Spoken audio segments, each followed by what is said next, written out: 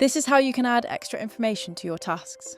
With AYOA's task boards, you can streamline and automate repeatable tasks to boost your productivity and make quicker, smarter decisions.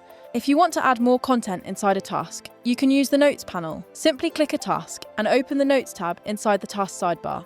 Add and format your text, images, and even tables to add more depth to your project. Once you've assigned people to a task, you can add comments and have a conversation inside the Comments tab. Tag people, send attachments, and use emojis reactions to collaborate and get the right tasks done. You can add attachments and links to your tasks. If you want to keep all of your resources in one place, go to the Attachments tab.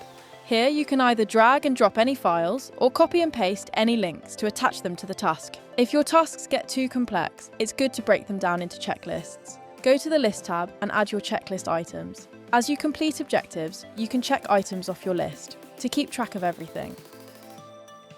You can further edit your task options by clicking on the More tab. Here, you can duplicate your task, copy its link, convert it into a category, enable notifications, and also delete your task.